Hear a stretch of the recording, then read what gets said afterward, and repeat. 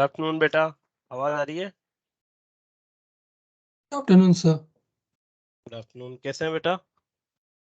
Good sir. तो बेटा ये जो अभी FT5 हुआ होगा रिसेंटली आपका। Yes sir.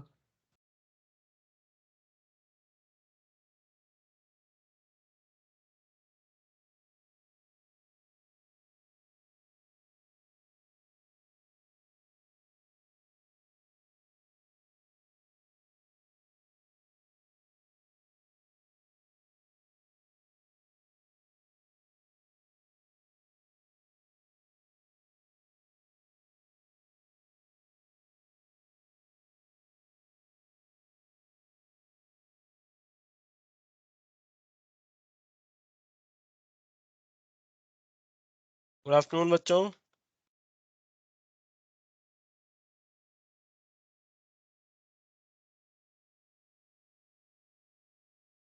आवाज आ रही है ना बेटा? Yes sir. चलिए थोड़ा सा वेट करते हैं बाकी बच्चों का, फिर करते हैं स्टार्ट।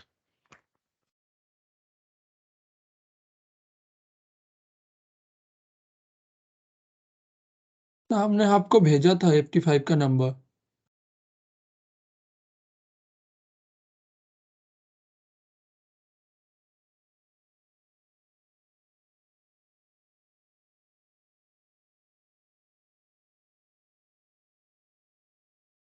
जी बच्चों, तो हम बात कर रहे थे मोमेंट ऑफ इनर्शिया के बारे में। और मोमेंट ऑफ इनर्शिया क्या है? Basically it is the energy of mass in rotational motion. जैसे ट्रांसलेशनल मोशन में हम मास को जिस तरीके से कंसीडर करते हैं, उसी तरीके से रोटेशनल मोशन में मोमेंट ऑफ इनर्शिया को कंसीडर करेंगे। देखो, ट्रांसलेशनल मोशन में मास की क्या डिपेंडेंसी थी कि कोई भी बॉडी है जिसकी वजह से वो अपने मोशन को अपोज करता है। इनर्शिया क्या था? Mass is measure of inertia. तो मास की वजह से किसी भी बॉडी में इनर्शिया आता था और वो अपोज करता था अपने मोशन को या अपनी स्टेट ऑफ मोशन को या स्टेट ऑफ रेस्ट को चेंज करने के लिए। यस और नो बच्चों? Yes sir. यस। तो वहां पे मास जो काम कर रहा था, यहाँ पे क्या करेगा? मोमेंट ऑफ इनर्शिया वो काम करेगा। अब यहाँ पे मोमेंट ऑफ इनर्शिया क्या करेगा? It opposes the rotation of body. ठीक है, ये मोमेंट ऑफ इनर्शिया किसको अपोज करेगा? ये किसी भी बॉडी के रोटेशनल मोशन में है तो उस चेंज को अपोज करेगा, या बॉडी रेस्ट पे है तो उसको रोटेट कराने में अपोज करेगा। ठीक है बच्चों, समझ में आई बात? The moment of inertia is the analogy of mass in rotational motion by virtue of which, इसको कंप्लीट करते हैं हम, by virtue of which, by virtue of which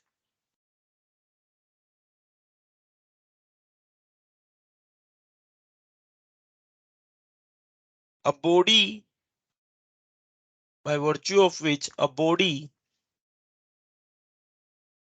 revolving about an axis, body revolving about an axis,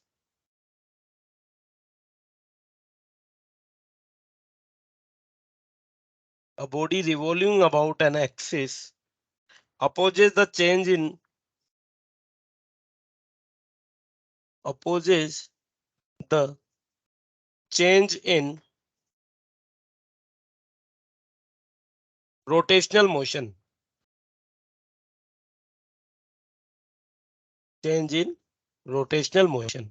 तो अगर कोई body rotational motion में है तो उस मोशन को चेंज करने में ये अपोज करेगा। कौन सी क्वांटिटी करेगी? मोमेंट ऑफ इनर्शिया करेगा।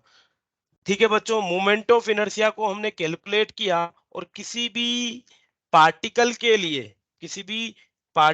लिए जो मोमेंट ऑफ इनर्शिया हमने कैलकुलेट किया, इट इज mr²। क्या आया ये? mr²। और r क्या है बच्चों? r is the distance of particle from axis of rotation। r is the distance of particle from axis of rotation। तो जितनी ज्यादा पार्टिकल एक्सिस ऑफ रोटेशन से दूर होगा उतना ही ज्यादा मोमेंट ऑफ इनर्शिया होगा। फर्दर हमने उन फैक्टर्स के बारे में डिस्कशन किया जिससे मोमेंट ऑफ इनर्शिया इफेक्ट होता है। तो बेसिकली एम आर स्क्वायर हम कह सकते हैं एम पे डिपेंड करता है और आर पे डिपेंड करता है। मास पे डिपेंड करेगा, आर पे डिपेंड करेगा, डिस्टेंस पे डिपेंड करेगा, एक्सिस ऑफ रोटेशन पे डिपेंड करेगा बच्चों। अगर हम एक्सिस ऑफ रोटेशन चेंज कर देंगे तो मोमेंट ऑफ इनर्शिया भी चेंज हो जाएगा। इवन बॉडी के शेप एंड साइज पे भी ये डिपेंड करता है। ओके बच्चों, तो मोमेंट ऑफ इनर्शिया इन सब फैक्टर से वेरी करेगा। किन पे डिपेंड नहीं करता है? तो एंगुलर वेलोसिटी। देखो यहाँ पे एम आर स्क्वायर में कहीं एंगुलर वेलोसिटी नहीं आई है, तो जो मोमेंट ऑफ इनर्शिया है वो एंगुलर वेलोसिटी पे डिपेंड नहीं करता। किसी भी स्पीड से पार्टिकल, किसी भी एंगुलर वेलोसिटी से पार्टिकल रोटेट कर रहा हो, उसका मोमेंट ऑफ इनर्शिया उस पे डिपेंड नहीं करेगा, ना ही उसके एंगुलर एक्सीलरेशन पे करेगा, उसके एंगुलर मोमेंटम पे भी डिपेंड नहीं करेगा। ठीक है बच्चों, किस पे करेगा? मास पे करेगा, रेडियस पे करेगा, एक्सिस ऑफ रोटेशन पे करता है। ठीक है बच्चों, किसी पार्टिकल के लिए हमने देखा एम आर स्क्वायर उसका मोमेंट ऑफ इनर्शिया हो जाता है। उसके अलावा बच्चों हमने एक रिंग के लिए, एक रिंग है यहाँ पे, इस रिंग के लिए अगर मोमेंट ऑफ इनर्शिया की बात करें तो क्या मिला इसका moment of inertia? The moment of inertia for a ring is M R square, where R is the radius of ring and M is mass of ring. Further हमने एक to particle system के लिए moment of inertia calculate कर लिया by using formula M R square. ठीक है बच्चों, चलिए अब हम बात करते हैं आगे। यहाँ पे बच्चों नेक्स्ट फर्दर हम अलग अलग टाइप के ऑब्जेक्ट्स के लिए मोमेंट ऑफ इनर्शिया कैलकुलेट करें उससे पहले कुछ थ्योरम्स हम पढ़ेंगे। दो थ्योरम यहाँ पे पढ़ने वाले हैं, theorem of perpendicular axis and theorem of parallel axis. So the first one is theorem of perpendicular axis.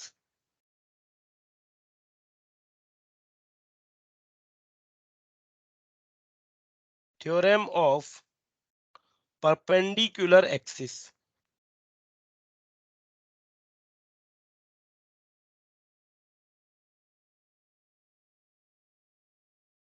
चलिए, मान लीजिए बच्चों ये एक प्लेन लेमिना है, प्लेनर बॉडी है। ठीक है जी, कुछ इस तरीके से।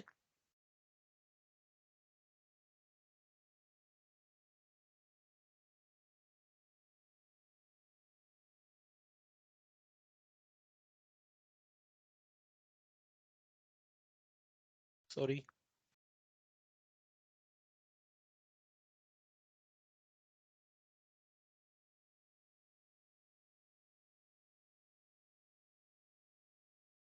एक सेकंड बच्चों, ये पेन चेंज हो गया है।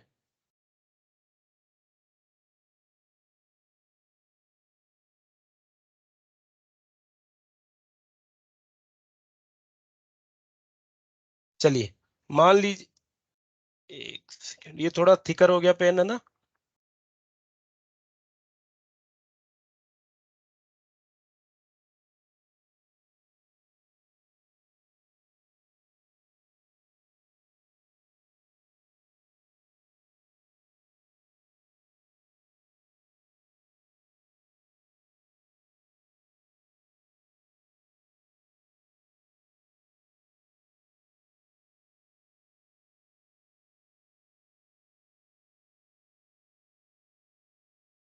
चलिए, आई थिंक ये सेम कलर है, कोई दिक्कत नहीं है। तो ये एक प्लेन लेमिना हमने ले लिया है बच्चों, और ये हमने एक्सिस ले ली है।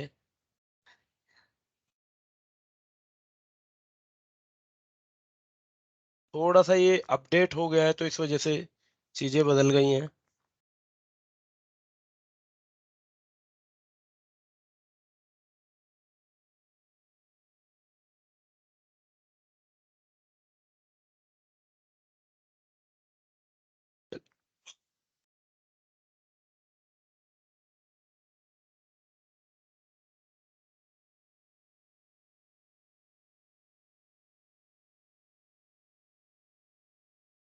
एक सेकंड बच्चों।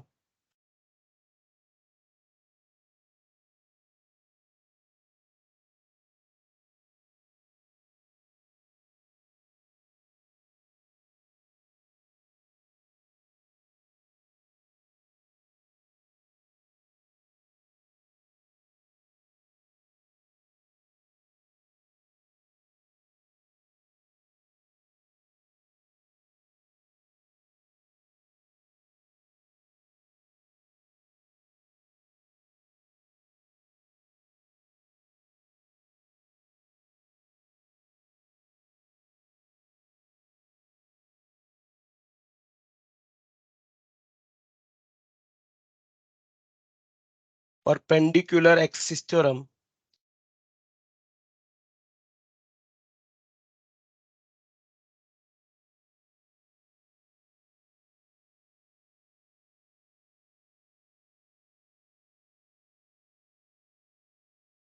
तो यहाँ पे हम बात कर रहे थे बच्चों, एक प्लेनर लेमिना हमने ले लिया है, और इस प्लेनर लेमिना के लिए मान लीजिए ये इसका सेंटर ऑफ मास है, और एक एक्सिस मैंने ले ली है, ये एक्सिस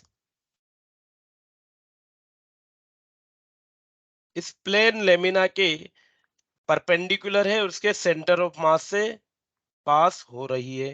ठीक है जी, एक एक्सिस जो इसके इस प्लेनर लेमिना के सेंटर ऑफ मास से पास हो रही है, उसके प्लेन के परपेंडिकुलर है। मान लेते हैं इस एक्सिस के अबाउट जो मोमेंट ऑफ इनर्शिया, इसको जेड एक्सिस में बोल देता हूं, the moment of inertia about this axis is I Z, and this I Z will be equal to, किसके बराबर होगा बच्चों ये आई जेड? ये दो एक्सिस में ले लेता हूं, कौन कौन सी दो एक्सिस? वो दो एक्सिस जो एक दूसरे से म्यूचुअली परपेंडिकुलर हो, सेम पॉइंट से पास, सेंटर ऑफ मास से पास हो रही होंगी, और इस प्लेन पे लाई करेंगी। किस तरीके से? मान लीजिए एक एक्सिस हो गई ये, और दूसरी एक्सिस हो गई ये। इसको मैं लिख देता हूं वाई एक्सिस, ये एक्स एक्सिस और ये जेड एक्सिस है। बच्चों क्या एक्स एक्सिस और वाई एक्सिस जेड एक्सिस के म्यूचुअली परपेंडिकुलर है? बताइए। Yes sir. Yes. Yes, sir. I, yes, X and Y axis are mutually perpendicular each other, and Z के भी ये म्यूचुअली परपेंडिकुलर है। तो अगर मैं कहूं कि एक्स एक्सिस के about moment of inertia I X है, वाई एक्सिस के about moment of inertia I Z है, then I Z will be equal to I X plus I Y. इसके बराबर होगा बच्चों ये moment of inertia I Z? I Z होगा I X और आई वाई के सम के बराबर। क्लियर है बात? इसका स्टेटमेंट देखिए, स्टेटमेंट क्या कहता है? The moment of inertia of a planar body, the moment of inertia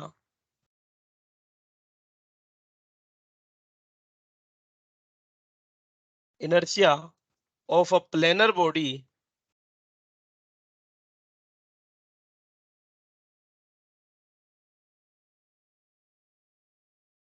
about an axis, about an axis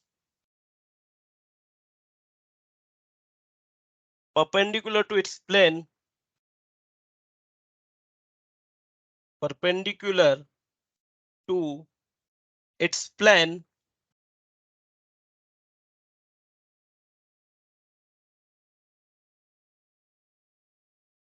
is equal to the sum of, is equal to the sum of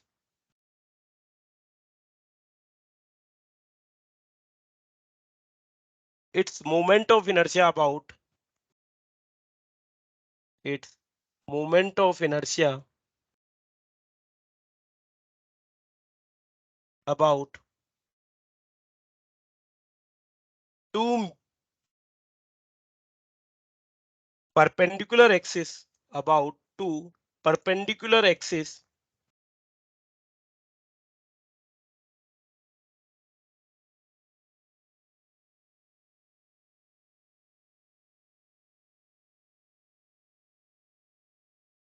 concurrent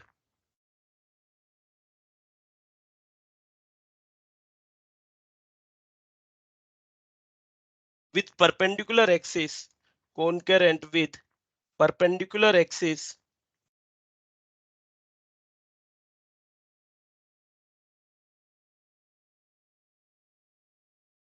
and lying in the plane of body, and lying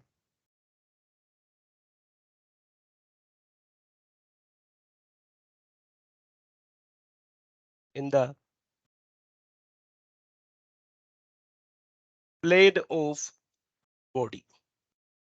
तो basically क्या बोला है? Moment of inertia of a planar body about an axis perpendicular to its plane is equals to, जो I Z है, I Z एक ऐसी axis है बच्चों जो इसके प्लेन के परपेंडिकुलर है।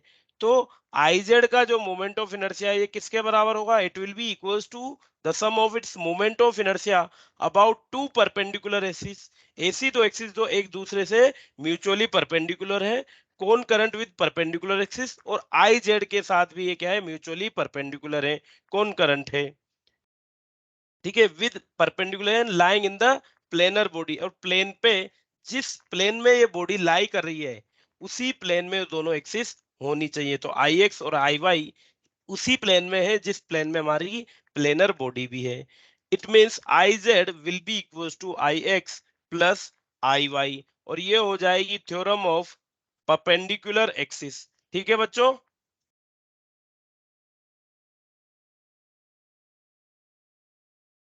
क्लियर है बात?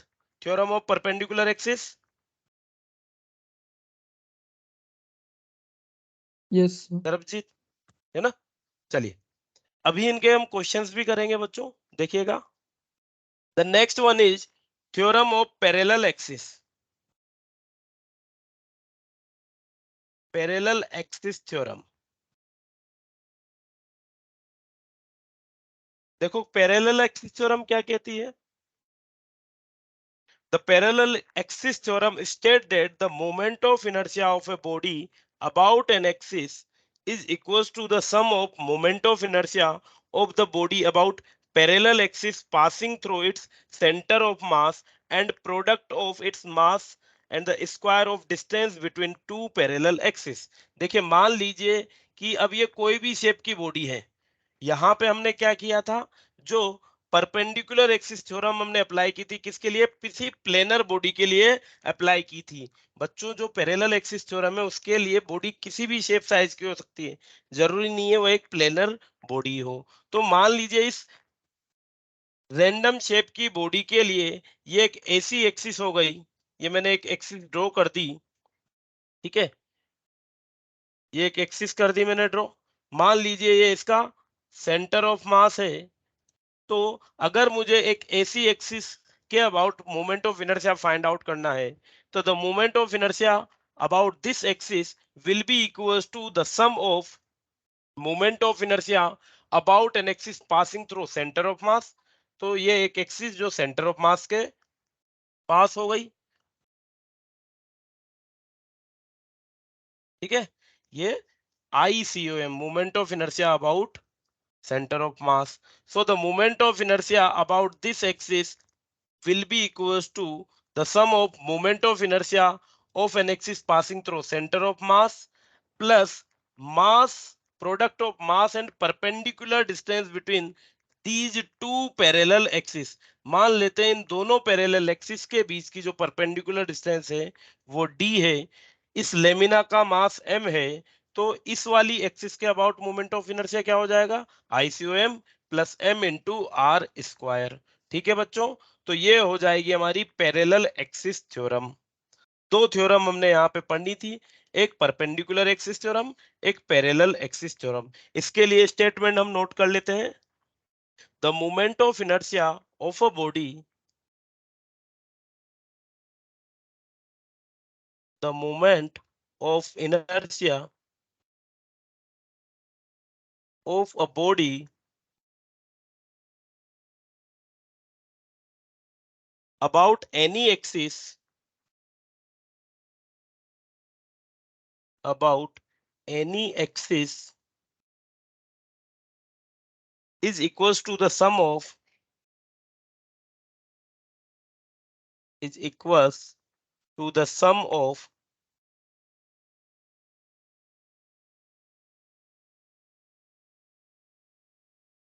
moment of inertia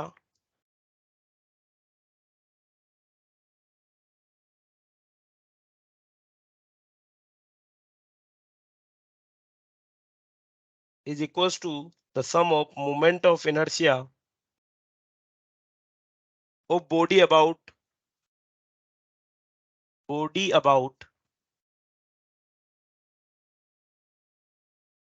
parallel axis passing through center of mass, parallel axis passing through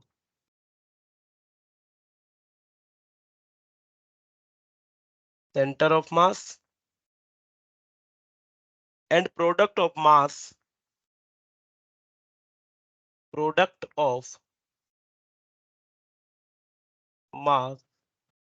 and square of distance between square of distance between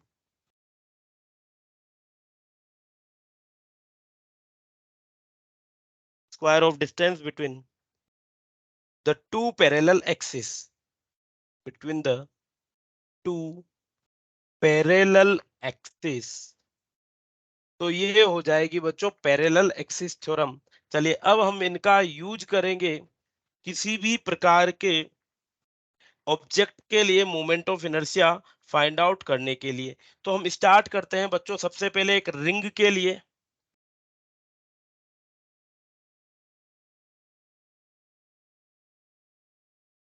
हम ले रहे हैं एक रिंग।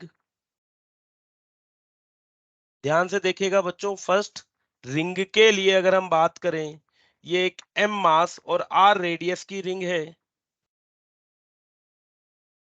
ये एक रिंग ले ली है मैंने। रिंग का जो मास है वो m है और रेडियस r है। बच्चों अगर मैं कहूं ये एक एक्सिस जो इसके प्लेन के परपेंडिकुलर है और सेंटर ऑफ मास से पास हो रही है, ये एक ऐसी एक्सिस जो इसके प्लेन के परपेंडिकुलर है और सेंटर ऑफ मास से पास हो रही है। ठीक है जी। तो इस एक्सिस के अबाउट मोमेंट ऑफ इनर्शिया क्या हो जाएगा बताइए रिंग के लिए।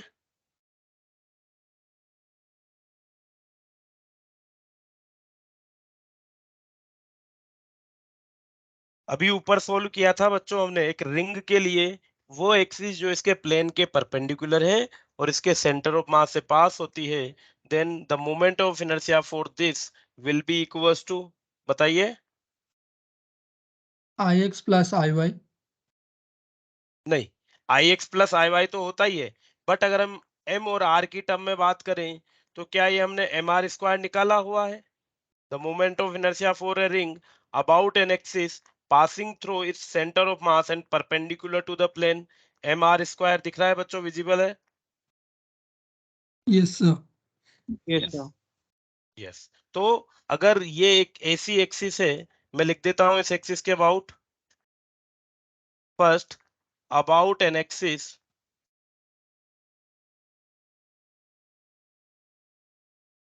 perpendicular to plane,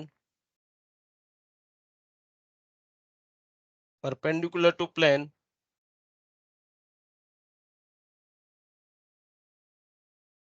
passing through COM।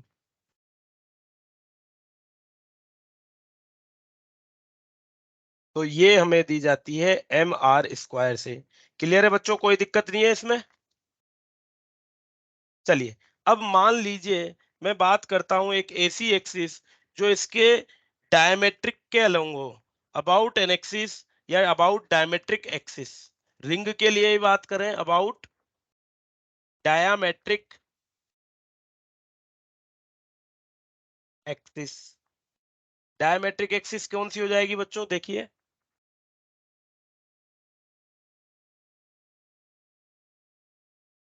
ये रिंग हो गई और क्या ये रिंग का डायामीटर हो जाएगा बच्चों। अगर ये एक रिंग है तो क्या ये रिंग का डायामीटर हो जाएगा, यस बोलिए। सर। यस। ये भी डायामीटर हो जाएगा, ये भी डायामीटर हो जाएगा, है ना। अब हमें इस वाली एक्सिस के बारे में तो पता है, हमें पता है कि ये जो एक्सिस जो इसके सेंटर ऑफ मास से पास हो रही है और इसके प्लेन के परपेंडिकुलर है, जिसे हम आई जेड कहते हैं, ये आई जेड जो है इसके अबाउट से moment of inertia M R square है। मुझे चाहिए इस डायमेट्रिक एक्सिस के अबाउट। तो इस एक्सिस को अगर मैं आई एक्स मान लूं, इस एक्सिस को अबाउट आई जेड मान लूं और इसको आई जेड मान लूं, तो क्या आता था पैरेल परपेंडिकुलर एक्सिस थ्योरम से, from perpendicular axis theorem it is I Z is equals to I X plus I Y. Yes और नो बच्चों। Yes sir. यस। चलिए, आई एक्स और आई वाई की वैल्यू क्या बच्चों सेम होने वाली है, क्योंकि डायमीटर के लिए कोई सी दो म्यूचुअली परपेंडिकुलर डायमीटर ले लेते हैं। ठीक है, तो यहां से क्या हो जाएगा बच्चों, I X is equals to I Y will be equals to I Z by two. मान लीजिए आई एक्स और आई वाई की वैल्यू इक्वल है, तो क्या मैं लिख सकता हूँ I X equals to I Y equals to I Z by two? होगा नहीं होगा? Yes sir. And and I X I Y will be equals to I Z की वैल्यू क्या होती है, M R square by two. तो ये हो जाएगी M R square upon two. ठीक है, तो किसी भी डायामेट्रिक एक्सिस के लिए, किसी भी रिंग के डायामेट्रिक एक्सिस के लिए मोमेंट ऑफ इनर्शिया क्या मिल जाएगा बच्चों, it will be M R square by two. Clear है बात?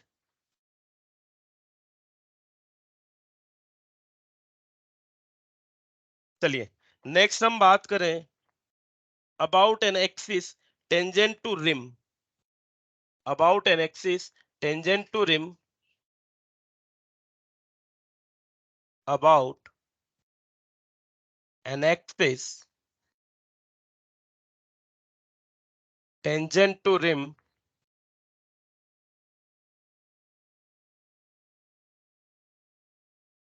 and perpendicular to plane of ring, and perpendicular to plane of ring। चलिए, ये कौन सी एक्सिस हो जाएगी बच्चों? देखो, एक तो रिम के टेंजेंट होना चाहिए और रिम के परपेंडिकुलर भी होना चाहिए। तो ये मान लेते हैं ये हो गई रिम। और क्या ये एक्सिस बच्चों, क्या ये एक्सिस टेंजेंट है रिम के? बोलिए। Yes sir. ये जो एक्सिस है, it is tangent to rim and also perpendicular to the plane of ring. इस एक्सिस के अबाउट अगर मुझे moment of inertia find out करना है, तो क्या करूंगा, कौन सी थ्योरम लगाऊंगा? परपेंडिकुलर एक्सिस थ्योरम या parallel axis theorem? Parallel. Parallel axis theorem. Parallel axis theorem क्या कहती थी बच्चों? पैरेलल एक्सिस थ्योरम कहती थी I equals to I C O M plus M R square. तो यहां से आईसीओएम की वैल्यू क्या है? आईसीओएम की बात करें, एक ऐसी एक्सिस जो इस एक्सिस के पैरेलल भी हो और सेंटर ऑफ मास से भी पास होती हो। तो ये हो गई आईसीओएम। और आईसीओएम की वैल्यू क्या बच्चों, एम आर स्क्वायर होती है। Yes sir. Yes, so it will be M R square plus parallel, इसका रिंग का मास m है और इन दोनों पैरेलल एक्सिस के बीच की डिस्टेंस कितनी है बच्चों? क्या ये डिस्टेंस r के बराबर है, रेडियस ऑफ रिंग के बराबर? So the moment of inertia will B 2mr square. Yes और नो? Yes sir. यस। चलिए, फोर्थ केस देखिए बच्चों। यूज आ रहा है अब parallel axis theorem perpendicular axis theorem का ना। About an axis, about an axis tangent to rim, tangent to rim and lying in the plane of ring। Ring के tangent भी हो, और अब पहले क्या थी, परपेंडिकुलर टू रिंग थी, अब प्लेन ऑफ रिंग में होनी चाहिए, lying in plane of ring. किस तरीके से होगा देखिए। मान लीजिए बच्चों ये रिंग है,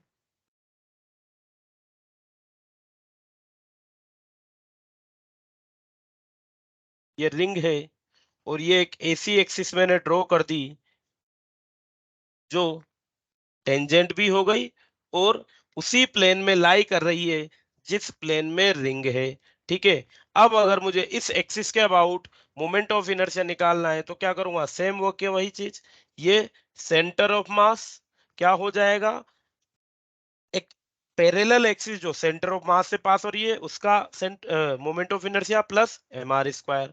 तो इस एक्सिस के पैरेलल एक्सिस क्या हो जाएगी, जो कि सेंटर ऑफ मास से पास हो रही है, इस एक्सिस के पैरेलल एक्सिस ये हो जाएगी जो कि सेंटर ऑफ मास से पास हो रही है। बच्चों इस एक्सिस के अबाउट मोमेंट ऑफ इनर्शिया क्या है बताइए। ये एक ऐसी एक्सिस हो गई, डायमेट्रिकल एक्सिस हो गई है। इस एक्सिस के अबाउट मोमेंट ऑफ इनर्शिया क्या होता है? mr square.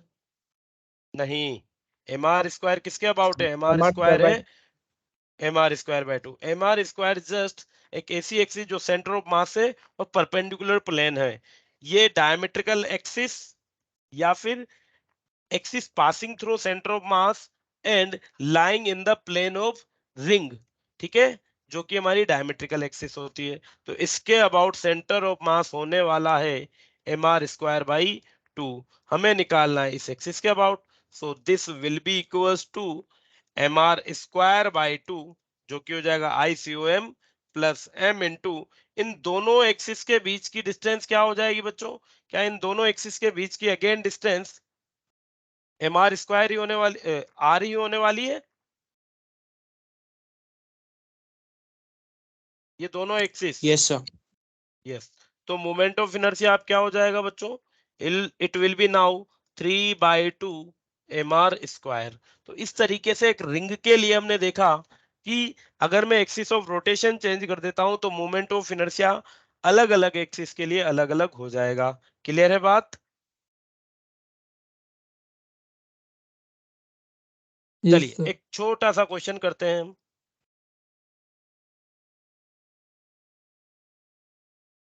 ये एक रिंग है बच्चों, ring of mass 2 kg, 2 kg की रिंग है और इसकी रेडियस है मास 2 kg, रेडियस r है इसकी 1 मीटर। ठीक है बच्चों, चलिए एक ऐसी एक्सिस जो इसके सेंटर से पास होती है और प्लेन के परपेंडिकुलर है। Find moment of inertia of an axis about an axis passing through center of mass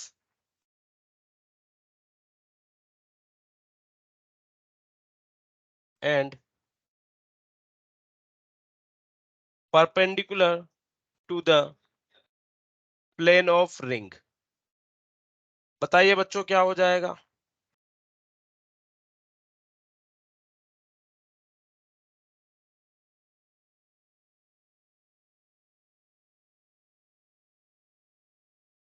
four newton metre. 4 newton metre. कोई और बच्चे का कोई और answer? It is simply sir बेटा mr²। हाँ क्या हो जाएगा बेटा answer? sir 2 newton meter 2 newton metre, very good. क्या हो जाएगा आंसर? 2 newton metre. m क्या होता है? I will be equals to mr²। तो इट विल बी m की वैल्यू यहाँ पे है 2, r की वैल्यू है 1, so it will be 2 newton metre. चलिए नेक्स्ट अगर हम बात करें एक ऐसी एक्सिस जो इसके प्लेन के परपेंडिकुलर है, N axis passing through it's, ये प्लेन के परपेंडिकुलर है और ये पास हो रही है कुछ इस तरीके से कि सेंटर से इस पॉइंट की डिस्टेंस है r/2। सेंटर से इस पॉइंट की डिस्टेंस r/2 है। We need to calculate the moment of inertia about this axis. इस एक्सिस के अबाउट मोमेंट ऑफ इनर्शिया क्या होने वाला है? कीजिए बच्चों आप कैलकुलेट, फिर मैं बताता हूं।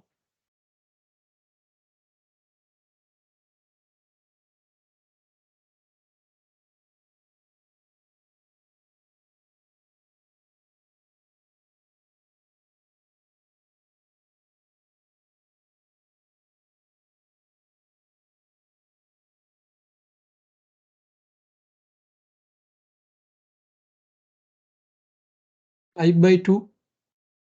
5/2, ठीक है। 5/2 और 5/2, चलिए देख लेते हैं बच्चों। इस एक्सिस के अबाउट अगर मोमेंट ऑफ इनर्शिया निकालना है तो इसके पैरेलल एक एक्सिस हमें बनानी पड़ेगी जो कि सेंटर ऑफ मास से पास हो। तो ये हो गई ICOM। चलिए, तो I will be equals to ICOM plus M into square of perpendicular distance between the two parallel axis. बच्चों, ICOM की वैल्यू क्या हो जाएगी? यही 2 न्यूटन मीटर प्लस M की वैल्यू है 2। D की वैल्यू की बात करें तो D की वैल्यू क्या हो जाएगी बच्चों? यहाँ पे the distance between two parallel axis R by 2. R/2 या 1/2। So it will be 1/2 का square, so it will be 2 plus 2/4, that will be 1/2, और ये हो जाएगा 5/2 न्यूटन मीटर। क्लियर है बच्चों? Yes, sir. चलिए, नेक्स्ट केस हम पढ़ते हैं बच्चों एक डिस्क के लिए। मान लीजिए एक डिस्क है। Second case, disc.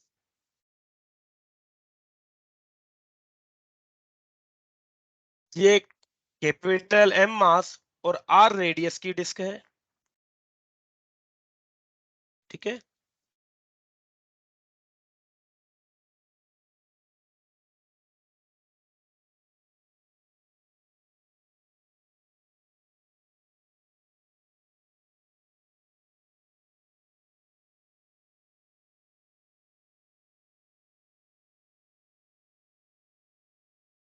ये हमने एक डिस्क ले ली है जिसका मास M और रेडियस R है।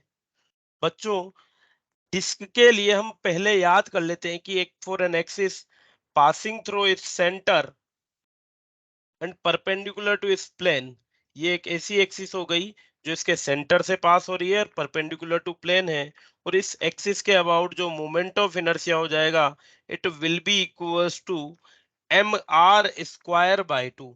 क्या हो जाएगा बच्चों? एक ऐसी ऐसी डिस्क के लिए एक ऐसी एक्सिस जो इसके सेंटर ऑफ मास से पास हो रही है और इसके प्लेन के परपेंडिकुलर है, it will B mr²by 2। Further अगर हम बात करें कि डायमेट्रिकल एक्सिस, किसी भी डिस्क के लिए इसकी डायमेट्रिक जो एक्सिस है उसके अबाउट मोमेंट ऑफ इनर्शिया क्या हो जाएगा? चलिए बताइए। ये डिस्क ले ली हमने।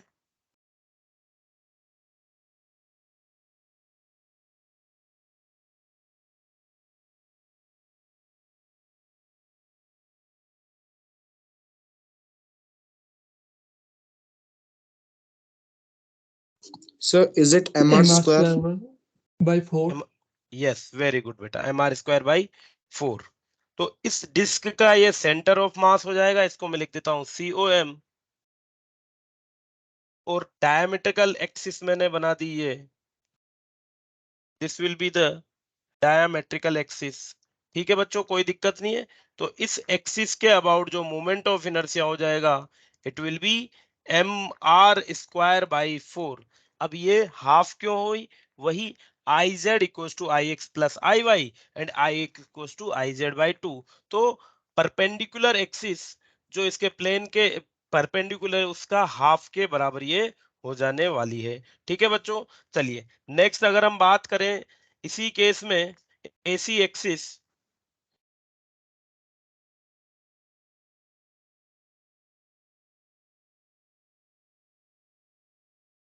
अब आप बताइए बच्चों,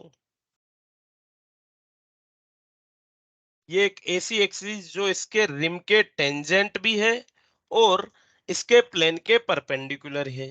इस एक्सिस के अबाउट मोमेंट ऑफ इनर्शिया क्या हो जाएगा?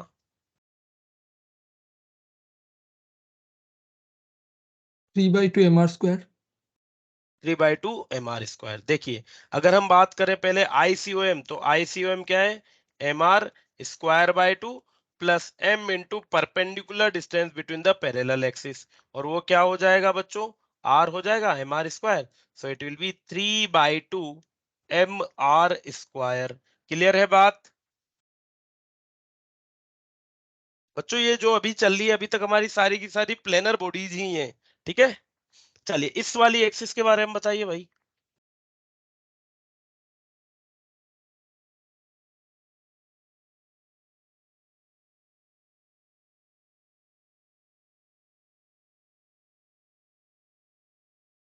ये एक्सिस है, इस एक्सिस के अबाउट इस रिंग का मोमेंट ऑफ इनर्शिया क्या हो जाएगा? Sir, 5 mr square by 4. 5 mr² by 4। Very good बेटा। चलिए ICOM, अब इसके पैरेलल जो एक्सिस होगी वो कौन सी होगी? इसके पैरेलल डायमेट्रिकल एक्सिस ही होगी। ठीक है जी। और डायमेट्रिकल एक्सिस के अबाउट मोमेंट ऑफ इनर्शिया क्या होता है? mr² by 4 होता है। फर्दर अगर हम बात करें, m into perpendicular distance the parallel axis, it is r, so it will be I equals to 5/4 mr square। Clear है बच्चों बात?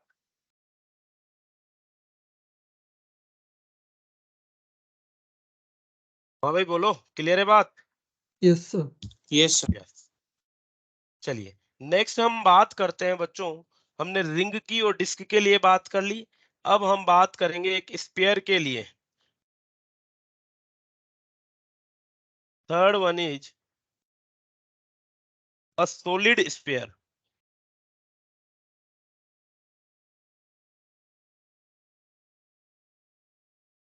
मान लीजिए बच्चों ये एक सॉलिड स्पेयर है और इस सॉलिड स्पेयर का मास m और रेडियस r है।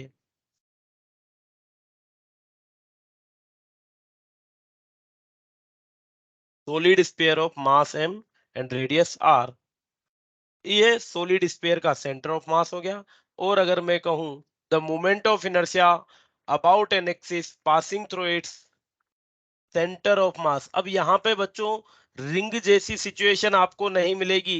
रिंग के लिए एक एक्सिस जो इसके सेंटर ऑफ मास से पास हो रही है, देखो यहाँ पे मैं बता देता हूँ, रिंग के लिए एक एक्सिस इसके सेंटर ऑफ मास से पास हो रही है और दूसरी ये भी सेंटर ऑफ मास से पास हो रही है। ये प्लेन के परपेंडिकुलर है, ये प्लेन में लाई कर रही है।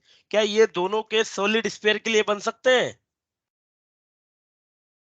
Yes, sir. नहीं बन सकते बेटा। सॉलिड स्फीयर क्या है? एक प्लेनर ऑब्जेक्ट नहीं है। तो यहाँ पे ऐसा कोई केस नहीं होगा। अगर हम बात करें I X, I Y and I Z, ये सारी की सारी एक्सिस आइडेंटिकल हैं। ये सारी की सारी एक्सिस क्या हो जाएंगी? आइडेंटिकल ही हो जाएंगी किसी सॉलिड स्फीयर के लिए, क्योंकि ये this is not a planar object. और यहाँ पे हम लिख सकते हैं,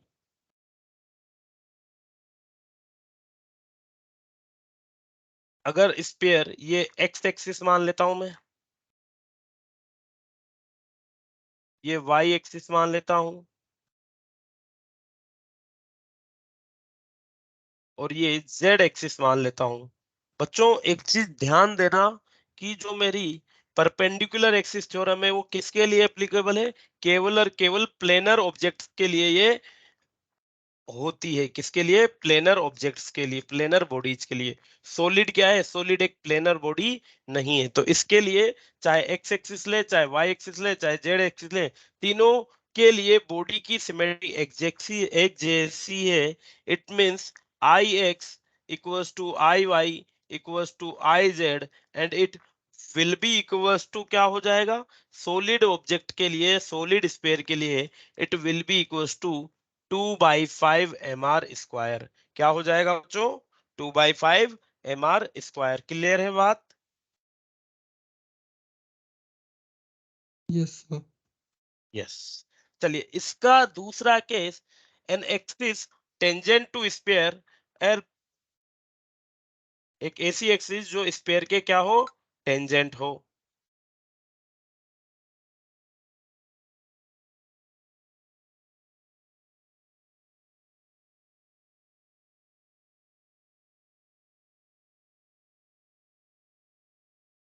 ये एक ऐसी एक्सिस हो गई बच्चों जो टेंजेंट है इससे। इस एक्सिस के अबाउट अगर मोमेंट ऑफ इनर्शिया निकालेंगे तो क्या होगा? The moment of inertia about a parallel axis passing through center of mass I equals to ICOM plus m d का स्क्वायर। बच्चों ICOM की वैल्यू क्या है यहाँ पे? 2/5 mr square. 2/5 mr² plus m d की वैल्यू क्या होगी? दोनों एक्सिस के बीच की parallel perpendicular distance R square. r²। Very good. तो क्या आ जाएगा बच्चों answer? 7 by will be 5 mr square. Yes 7/5 mr²। Clear है बच्चों बात? अगर मान लीजिए इंस्टेड ऑफ दिस, अगर मैं आपको कहता कि इस एक्सिस के अबाउट बताइए, ये भी टेंजेंशियल ही है बट ये इस तरीके से, इसके अबाउट मोमेंट ऑफ इनर्शिया क्या होता है बच्चों? Same. सेम। Very good. चलिए एक और क्वेश्चन देखिए फिर।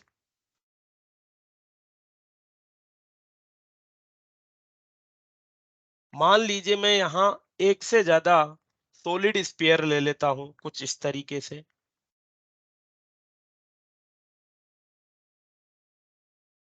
ये एक्सिस एक सॉलिड स्फीयर है, इस एक्सिस पे ही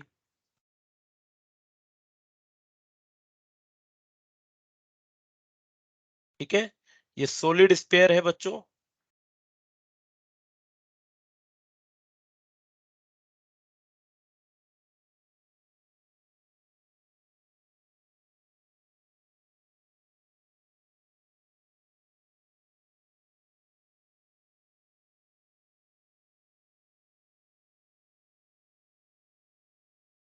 चलिए ये कोई पर्सन का चित्र नहीं बना रहा हूं मैं, ये एक सिस्टम बना रहा हूं जिस सिस्टम में 3 सॉलिड स्फीयर्स है बच्चों।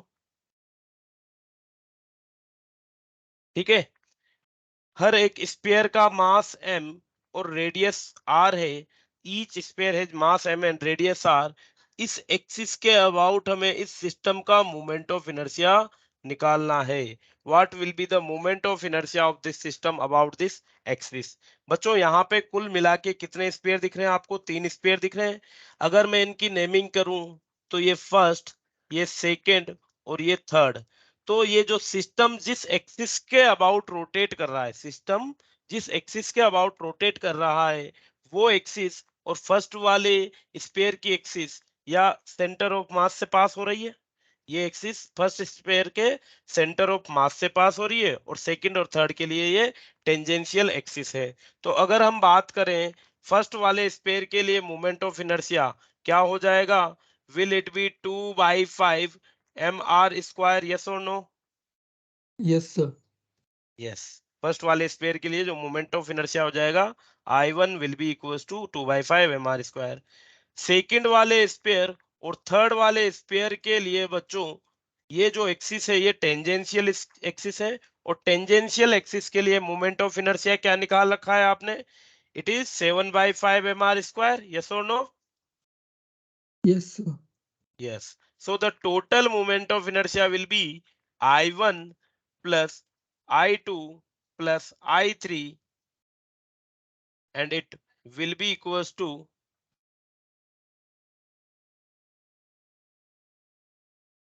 क्या हो जाएगा बच्चों? ये 2/5 mr², 7/5 mr² प्लस 7/5 mr²। क्या हो जाएगा बच्चों total? So 16 by 5 mr square. 16/5 mr²। चलिए मान लीजिए इंस्टेड ऑफ दिस स्पेयर्स मैं आपको दे देता हूं 3 डिस्क। ये बच्चों सेम क्वेश्चन है, एक सेकंड रुक जाइए।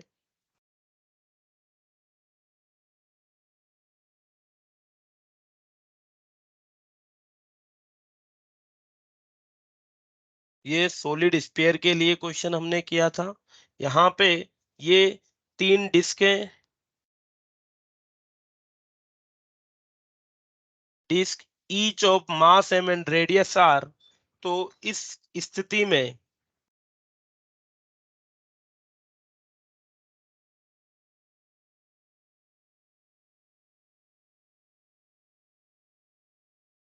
Moment of inertia of system क्या हो जाएगा? कैलकुलेट कीजिए बच्चों।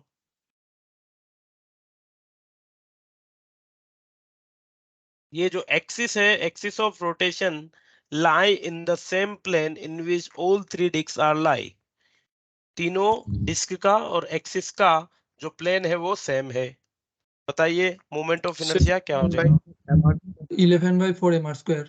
11/4 mr²। और कोई आंसर? फर्स्ट आंसर हमें मिल चुका है 7 mr square 7/2। 2 okay mr square. चलिए लेट्स चेक इट। सबसे पहले बात करें, ये जो एक्सिस है, ये एक्सिस फर्स्ट वाली डिस्क के लिए कौन सी एक्सिस है? परपेंडिकुलर टू प्लेन या diametrical axis? Diametrical axis. Diametrical axis, yes. तो अगर मैं बात करूं I1 की वैल्यू क्या हो जाएगी बच्चों? Will it B mr²/4? Yes sir. Yes. अब बात करते हैं I2 एंड I3 के लिए। बच्चों, ये एक ऐसी एक्सिस है जो टेंजेंट भी है और सेम प्लेन में लाई करती है। तो इस केस में क्या हो जाएगा मोमेंट ऑफ इनर्शिया? देखिए ऊपर 5/4 mr square। 5/4 mr²। Very good. चलिए, तो total moment of inertia I will be equals to mr²/4 plus 5/4 mr² plus 5/4 mr²। और ये क्या हो जाएगा बच्चों? Total 14/4 mr²। फर्दर सोल्व करें तो इट विल बी स्क्रीन भी 7। शेयर कर दीजिए। जी बेटा, श्योर। 7/2 mr² ये हो जाने वाला है।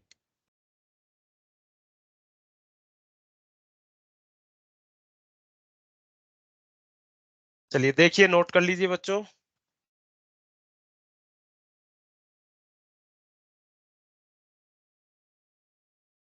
सर 11/4 होना चाहिए ना? देखो ना बेटा, एलसीएम 4 ले लेंगे तो अच्छा 11/4। Very good. 5 + 5 + 1 11/4 mr²। ठीक है बच्चों।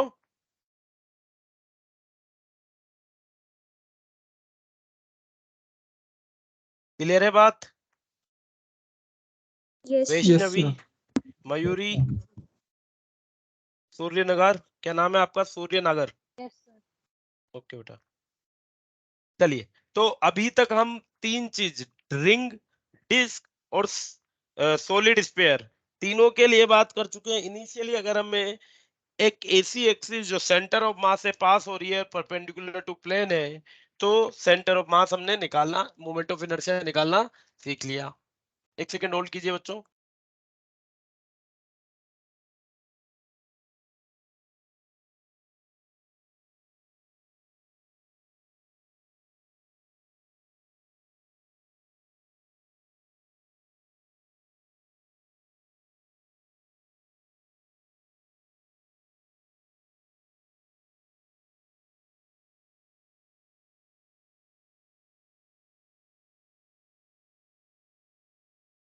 बच्चों, अब हम बात करेंगे होलो स्फीयर के लिए, moment of inertia for hollow sphere.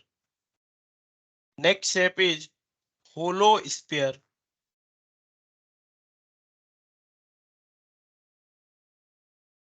तो बच्चों, बेसिकली होलो स्फीयर भी सिंपली एक स्फीयर हो गया जो अंदर से खोखला होता है। मान लीजिए एक होलो स्फीयर है जिसका मास m और रेडियस r है। मास m और रेडियस r का ये स्फीयर है। और इस स्फीयर के लिए अगर मैं एक ऐसी एक्सिस जो इसके सेंटर ऑफ मास से पास होती है, उस एक्सिस के अबाउट मोमेंट ऑफ इनर्शिया निकालें, then the moment of inertia will be,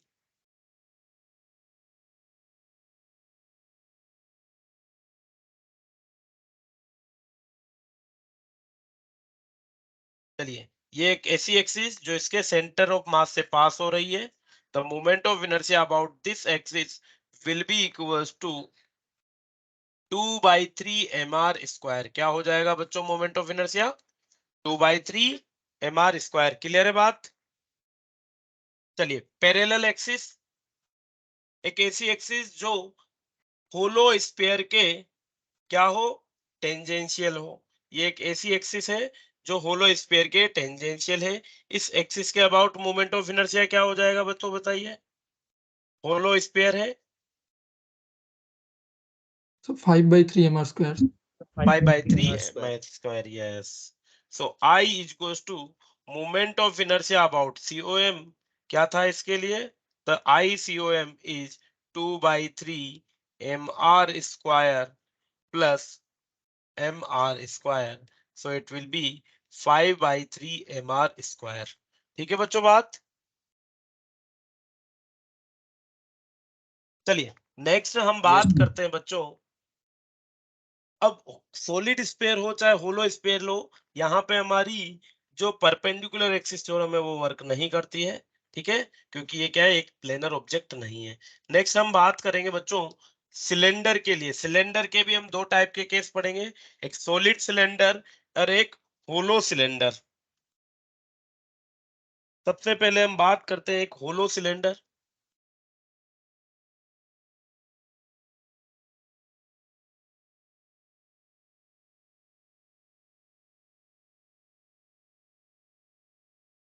चलिए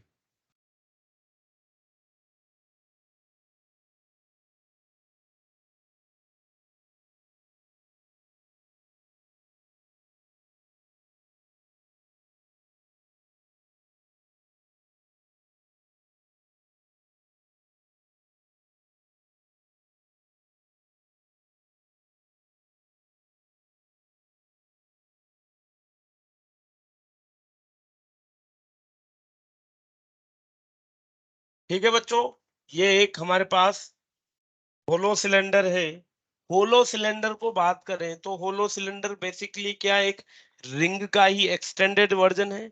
अगर रिंग को मैं इसकी पेरिफेरी को पकड़ के खींच दूं तो क्या एक होलो सिलेंडर बन जाएगा बच्चों, बोलिए। Yes, sir. होलो सिलेंडर, एक रिंग को अगर मैं पकड़ के खींच दूं तो ये होलो सिलेंडर बन जाएगा। और जिस तरीके से एक रिंग, ये रिंग की एक्सिस हो गई, तो रिंग की एक्सिस रिंग के सेंटर ऑफ मास से पास होती हुई तथा रिंग के प्लेन के परपेंडिकुलर, ये मैंने एक एक्सिस ले ली है, तो इस एक्सिस के अबाउट मोमेंट ऑफ इनर्शिया क्या हो जाएगा बच्चों, वही हो जाएगा जो, मान लीजिए इसका मास m और रेडियस r है, तो एक ऐसी एक्सिस जो इसके सेंटर ऑफ मास से पास हो रही है और इससे रिंग के परपेंडिकुलर भी है, तो मोमेंट ऑफ इनर्शिया क्या हो जाएगा, mr स्क्वायर हो जाएगा बेटा। स्क्रीन रीशेयर कर दीजिए। स्क्रीन शेयर करें,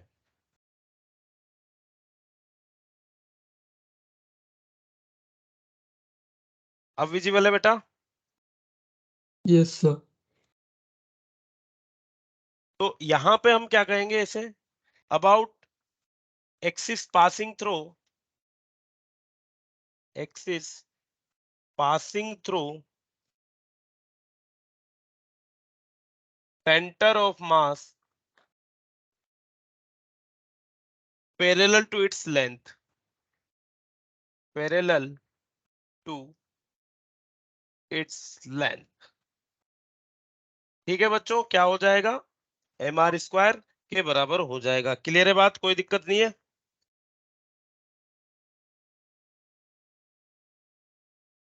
चलिए नेक्स्ट अगर हम बात करें सॉलिड सिलेंडर के लिए, सॉरी हाँ सॉलिड सिलेंडर के लिए, for solid cylinder, solid cylinder क्या हो जाएगा बच्चों, क्या एक डिस्क का वर्जन ही हो जाएगा। डिस्क को अगर मैं पकड़ के स्ट्रेच कर दूं तो क्या वो सॉलिड सिलेंडर बन जाने वाला है। Yes sir. यस, तो मान लीजिए सिमिलरली ये मैंने एक सॉलिड सिलेंडर ले लिया, सॉलिड सिलेंडर का मास m रेडियस r है, ठीक है, सॉलिड सिलेंडर है, इसका mass m radius r, about an axis passing through centre of mass and parallel to ring, क्या हो जाएगा ICOM,